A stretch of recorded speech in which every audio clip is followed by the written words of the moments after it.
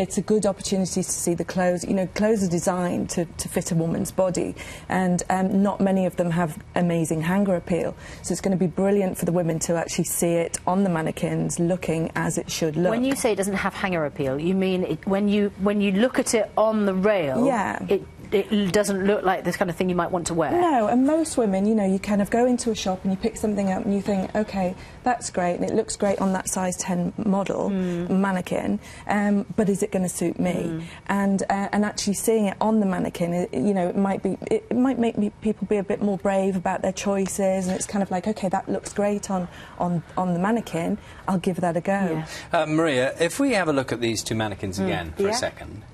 Now, I am no expert, but the one on the right, the size 16, does that look legitimate? I mean, is that really a size 16? Because this seems to have a mannequin with very thin legs, very thin arms. I mean, have they messed with...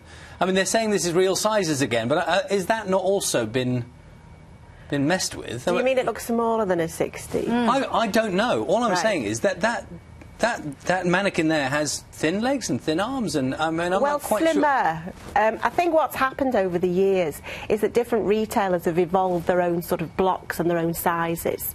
So if you went into one retailer, a size 16 wouldn't necessarily be a 16 in another retailer. And one of the things we're doing at the university is trying to look towards standardising ladies' sizes. And well, that's not quite the question I was asking, though, is it? You're talking about the size of the dresses. I'm just asking, here, supposedly this is a revolution because we've got a real-sized mannequin. I think what you're trying to say, Charlie, is that mannequin looks like a model, except she's got slightly broader hips. Well, yeah, very slightly. And, well, I think women put weight on in all different areas, don't they? I think the one on the right looks more normal, can we say that? More of what you would see. Well, only on the basis the one on the left looks ridiculously thin. But it isn't actually ridiculously thin. And what I was saying was different retailers have different body measurements that they base their blocks on. So if you went into Topshop, obviously the girls who were going to Topshop an awful lot younger than the size 10 ladies who would go into M&S. So perhaps M&S, for example, have made their garments a little bit more generous to suit that.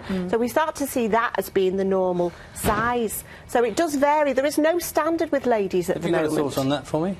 On the size of the models, the one on the right, that's the 16, does look a bit more like a 14. Yeah. We were discussing that earlier.